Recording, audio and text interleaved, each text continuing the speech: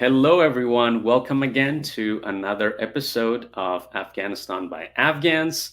I am really excited about today's guest, just like I am every week. I say the same thing over and over because obviously all the guests that I bring on are people that are very exciting in their personality, also their work.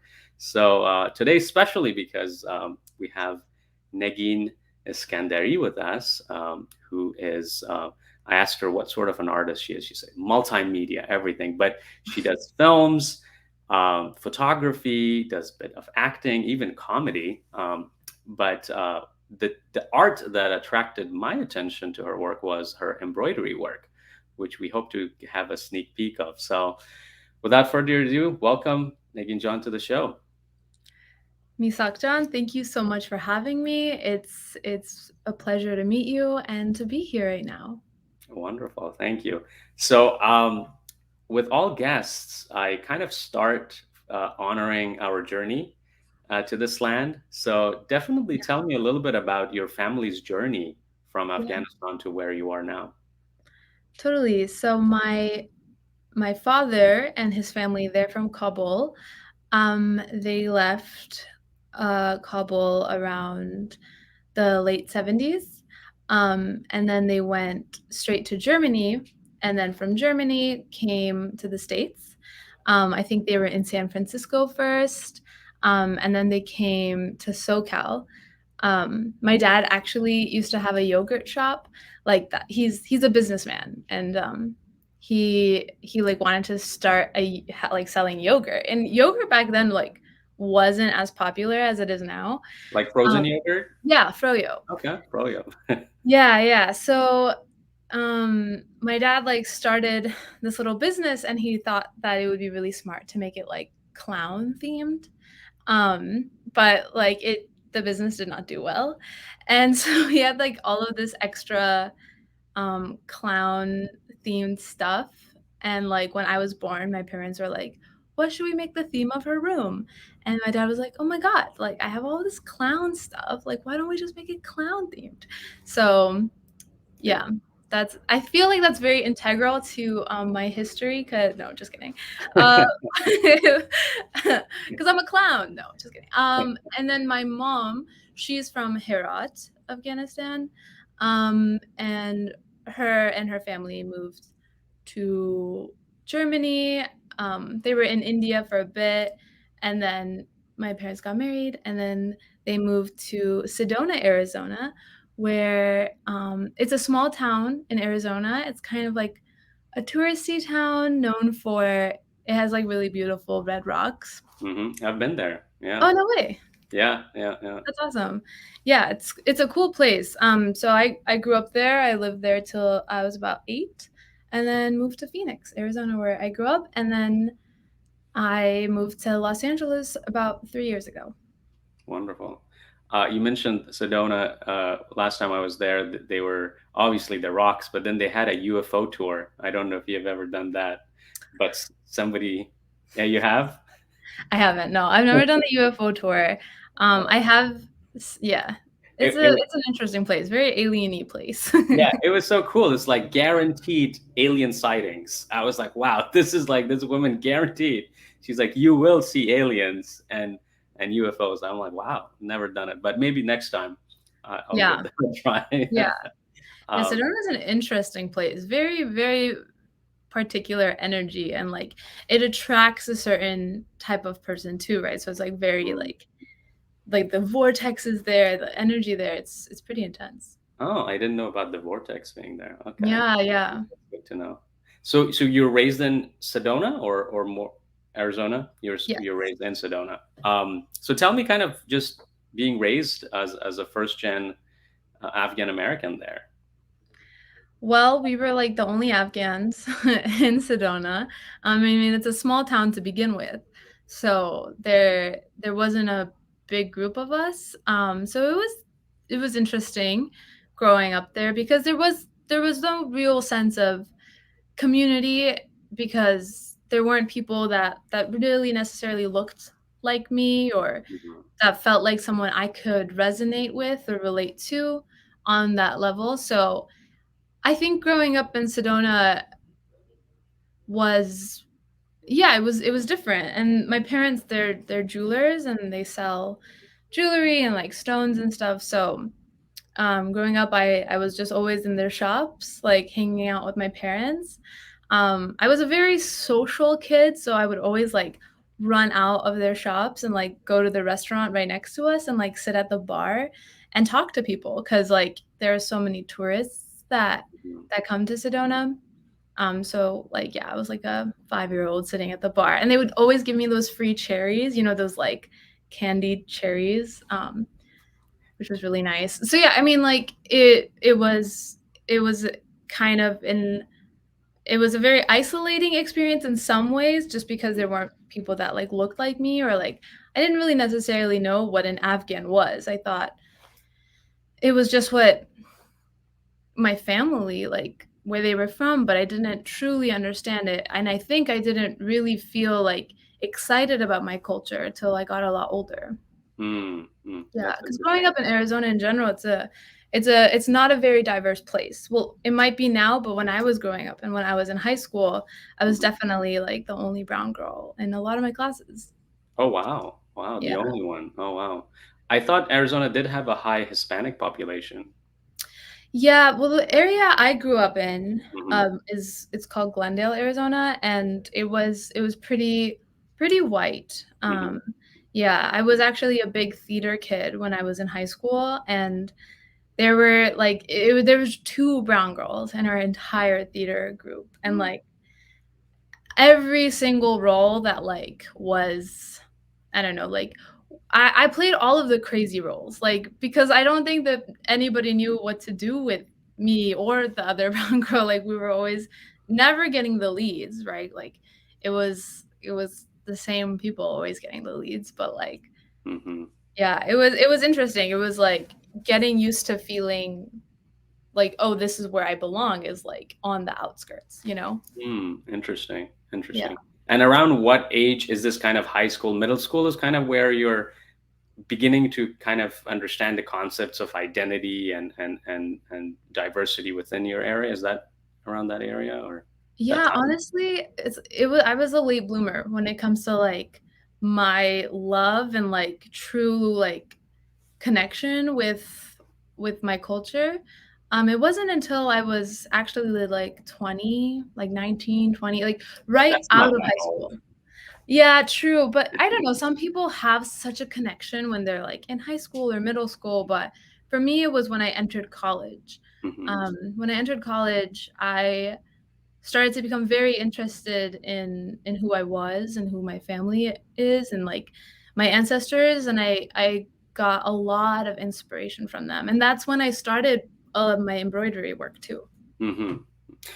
We'll get to the embroidery for your school. You studied cinema, right? At USC, I believe, or No, so I went to, GCC, this community okay, college okay. in, Arizona first. I studied cinema there, and Mhm. then I transferred to Arizona State University, and I studied communications.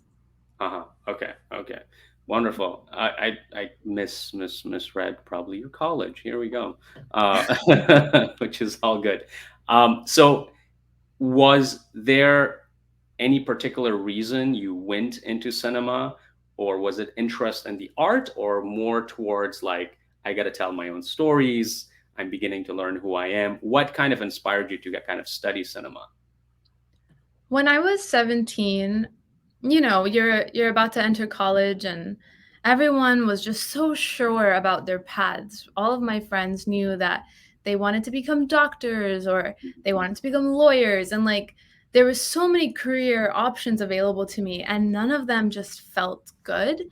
So when I remember I was, like, sitting in my room at home and I was watching this film called Rushmore by Wes Anderson, and it was it was the film that made me wanna become a filmmaker, I think. I remember afterward, the credits just showed up, and I got so excited by the fact that, like, there was something that felt so good to me, and I remember seeing all of the names on there, and I was like, "Oh, duh, like, this is what I wanna do," right? Because, like, up until that point, I was creating so many films with my cousins and my friends, and I was doing photography all the time. Like it was the thing that always was something that I wanted to pay attention to naturally. And then when it came time to figure out what I wanted to do as a career, I realized after watching that film and seeing all of the names of the people that worked on those movies in that movie, that that was something that I wanted to do. I wanted to be a part of that community. Hmm. And so you did, and and studied film. Are there any specific parts of the film process that you like more? Writing, directing, producing, editing, anything specifically? Definitely writing, directing, and acting. Those are the parts of film that I'm so in love with. And, Hmm. I think that I did a lot of acting when I was in college and when I was in high school. And after I graduated, I became very distant from acting, and I wanted to be more behind the camera. But it's so integral to like be in the shoes of the characters. It makes you have such a beautiful relationship with the script and with the story. And to me, it's such a great way to learn more about the world around you, right? Because you're learning about the world in someone else's eyes. And so I honestly just love so many aspects of film and behind the scenes in front of the camera. So yeah. Hmm.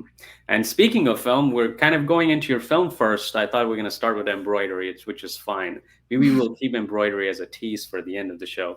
But speaking of film, you have made a film with your grandma or featuring your grandma. Would love Mhm. to hear what it is. Tell us all about it. Yeah, so it's a short film about my grandmother. Her name is Faria, and in Farsi, that means joy. And my grandmother is like one of the most joyous, fun, cute people you'll ever meet. But she's been my best friend since I was a kid. She was also in Sedona when my parents were raising me, and she was helping my parents raise me. And so she's been my day one, and I I just really wanted to honor our relationship because I feel like it's so valuable and it's so meaningful in the sense that our elders have so much to teach us, and I feel like my grandmother has inspired me in so many ways, and she's inspired me how to show up in the world, how to be kind, how to be lighthearted, and how to just pursue what you love. And I think that as an Afghan artist and filmmaker, I don't see a lot of stories about Afghans that truly represent us as these complex, joyful, lighthearted people. Like in the way that I've perceived Afghans growing up because of my family and because of my grandmother, seeing what does exist on TV and not being able to like really resonate with it always felt wrong to me. And so I think it's important to like showcase a relationship between a granddaughter and a grandma who are both from Afghanistan, and showcase their connection and their true vibrancy and like how they flow together. And it's honestly just a conversation between us. And I just wanted to make like a beautiful light film, kind of something that feels like my grandma. Mm, wow, wow. And you're showcasing this along with another short film with your friend here in LA, I believe, right? Yeah, so after I made the film, I remember my friend Tara Violet Niami, she was the director and she was the cinematographer of the film. She shot it. And so after it was done, I called her and I was like, Tara, like this film just feels so special that I don't want to just throw it on Instagram and be like, hey guys, made a film, watch it. Like I want to do something with it. And she was like, well, why don't we do like a screening and like tell people to submit their films and have a thing? And I was like, that is a beautiful idea. So we do have a collective screening on July 22nd at 7 p.m. at Highland Theaters. And we're showcasing 9 films from filmmakers of color. And it's honestly just like a reason to bring people together, to have filmmakers, artists meet each other, to celebrate visions and to celebrate each other. And I miss community gatherings like that. Like Yeah, after of the course. pandemic and after everything, like it feels like it's becoming, it's not as like it's not as happening anymore. So Mhm. that's honestly the intention behind it. And it's called Jamiyat, which means gathering. That's wonderful. That's great. I hope audiences who are NLA and can go to it, please go ahead and check it out. We'll put a link in the description and such for the screening. Yeah. Um, have you made any other films that you would like to tell us about just briefly, or other projects that you may be starting off film related?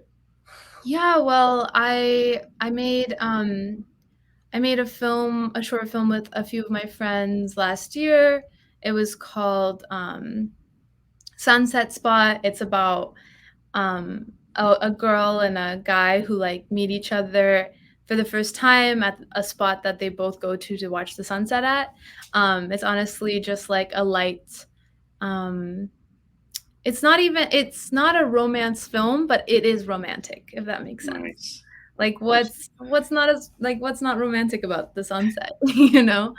And then made another film with another friend of mine in her home in Joshua Tree about a girl who's going through a severe heartbreak, but kind of realizes through solitude and her own company that she will be okay because she has Mhm. herself.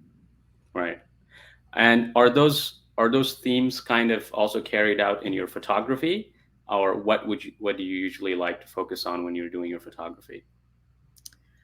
I feel like my photography is very much influenced by romanticism for sure. Um, I think my relationship with life in general is very romantic. Like I just like to feel like everything's romantic all the time. Nice. Like whether it be like buying flowers or like the way the sun looks when it's like flashing through the leaves or anything, it's like I'm always trying to create that in my head. So doing that, but also like in a very light way, which is obviously a theme and everything, which is probably goes back to my grandma, but definitely like trying to just create beauty and like to capture things that feel really beautiful and romantic to me. And like I just feel like when you approach life like that, life becomes a lot more fun and playful. And that's just what I try to channel in my photography. I do a lot of film photography on like 120 film or 35 millimeter. I love film. I mean, Hmm. the way that film is able to capture just like light and nature, it's very very addicting. Right, right. The picture of you and your grandma recently, right? Is that something? Was it a self-portrait or someone else took it? Tara took that. Okay, okay. That was Yeah. on film, correct? Yeah. Yeah, that's beautiful picture of you and your grandma. That I Thank love that you. picture. Yeah. So Thank so you I so kind of see what you mean by capturing the joy of life, and it sounds like your grandma is an inspiration behind that sort of vision or Yeah. or romantic view of life.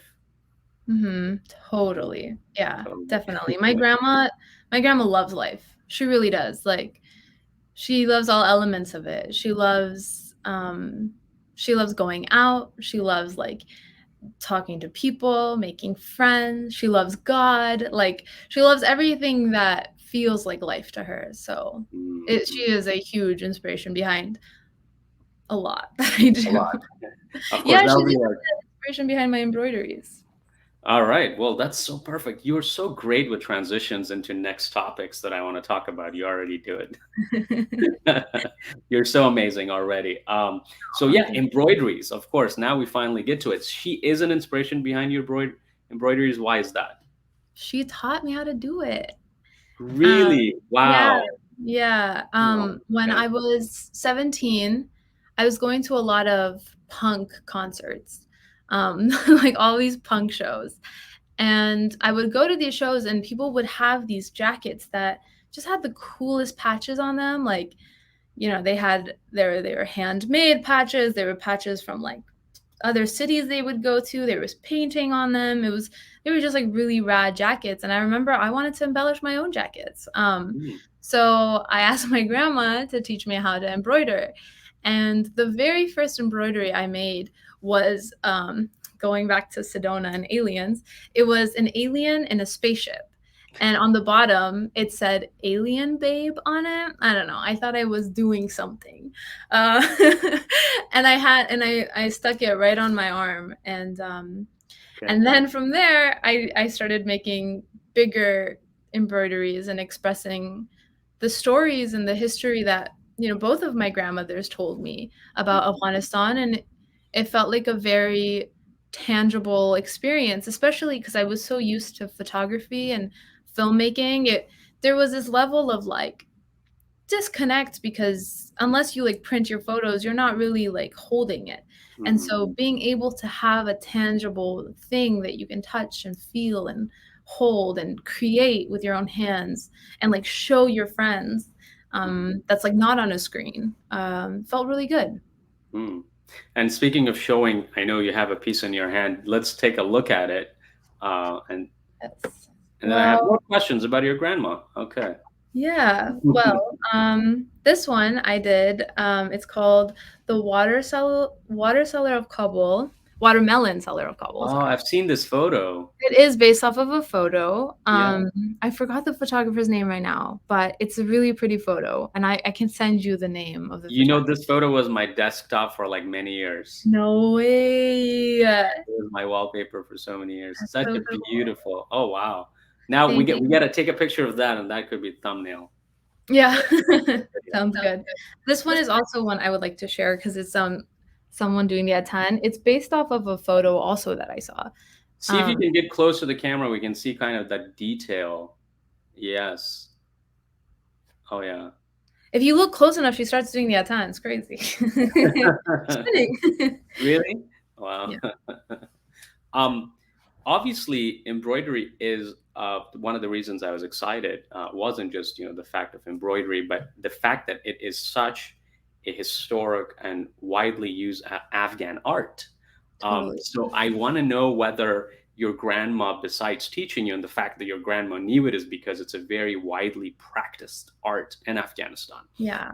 um, and it goes kind of hand in hand with rug making and rugs, and which a lot of people are more familiar with rugs and such, coming from that region, being one of the top rugs of the world. The art Mhm. is from there, but embroidery also is a very highly practiced art. So that's why I was like, this is important to talk about that. So I wonder if your mom, if your grandma has spoken to you about it, um, the history, or how she learned it herself. Tell me anything and everything that you know. Yeah. I mean, she learned herself through dresses, actually, because there is so much detail in an Afghan dress, and that's what makes our culture so special and inviting because we pay attention to detail. And it is all about the detail. Like you put up your like sleeve and on the cuff there's just like a whole universe, like on your sleeve, like on your chest there's a map, there's a world, and it's you can learn so much from it. So I think my grandmother, she from her mom or her grandmother, she learned through making dresses, right? Like she herself wasn't making them, but the people around her were. And I think that just the amount of energy that was put into the dresses, she became inspired by it. So just by being surrounded by it, and that's, yeah. I was gonna say embroidery not only is in the West usually associated with female clothing, but Yeah, actually in Afghanistan, male clothings also have embroidery. totally. Uh, Yeah, like exactly. you're talking about the chest, definitely there. I haven't seen it around the cuffs on male clothing, but Yeah, definitely around the chest. totally. I Yeah. have so many male shirts because like just pit-ons, like the shirts, because I just love to wear them. Like so anytime anyone would go to Afghanistan, I'd be like, just bring me like 10 different colored pit-ons, please. Oh, So I have a wow. bunch and they're all like, just so beautiful. I I'm so obsessed with the embroidery. I wish you were wearing one today. I know. I should have done that. Opportunity Uh, missed. yeah, I should have reminded you in case you have some embroidery shirts, wear it. No, but you showed us your work. And when you are kind of involved, I mean, you have access to so many different arts. It looks like you got film going, photography going, art, acting going as well. Um, what is it about embroidery that you love so much? Uh, yeah, that's the question. That's the question. Um, Honestly, for me, it always felt like an extremely meditative practice, Mhm, to be able to sit down and use my hands for hours and hours and create something like string by string. Not only does it just give me alone time, but I also am forced to stay off of my phone and to like stay off of my laptop, and I'm not able to write or do any work. It's just getting to embroider. mhm, Um, and to be very honest with you, I haven't embroidered something in a while. Um, I I started to monetize my embroideries. And I had an Etsy and I was selling it through that and through Instagram, and I was making custom pieces and they were being shipped to like Mumbai, and like they were like oh, my embroideries had their moment, and so I'm like very proud of that. But it also just like drained me a lot, mm, and that joy that I was getting from embroidery was like slowly leaving. And I remember my last embroidery was almost 2 years ago. A year and a half ago, I like embroidered an anar, a pomegranate, for an rose. And then after that, I was like, I just need a break. I just need a break from this thing that I really love. And I think that it is so okay to take breaks from things that you really love, mhm, because it allows you space to try other things that you've always wanted to try. mhm, Um, and it allows you that time and that energy. And so since that break, I've been able to do ceramics. I've been able to focus more on my film photography. I've been able to write more. And so there is like there is the sad part of like taking a break from something because you're not necessarily putting anything out in the world from those elements anymore, but like you're able to focus on another part. And I don't know, I feel like since the break, I feel ready to like kind of dive back into it because I do miss it. I do genuinely miss that relationship that I used to have with it, which was very peaceful and very meditative. And I feel like now that I have had enough space from it, I feel like I can cultivate that again. mm. Well, you're so lucky to have multiple artistic expressions, so you can go from one to the other and We take all breaks from do. them. And we all do. Yeah, that's so Yeah. true too. Yeah. Yeah, we all do. We just we need to allow ourselves the space and the time to do it. We all have it inside of us. And I really, really recommend, I don't know if you've heard of The Artist's Way, but it's basically a book about like channeling your inner artist and how it exists in all of us. And it's really beautiful. I recommend it because people are always like, how can I get into art? And it's like, just do the thing that like it lives inside of you. It's Yeah. there. You just have to listen. Yeah. No, that's so true. I kind of whenever I have conversations, I ask people, "What's your artistic expression?" And they're like, "What? I don't do Yeah. anything." And I'm like, "No, I'm sure you do." Yeah, totally. Or finding that. As we kind of wrap up, I definitely want to hear what you have going on in the years or months or days and future to come. Like, how are you merging these newfound identities with your love for the arts?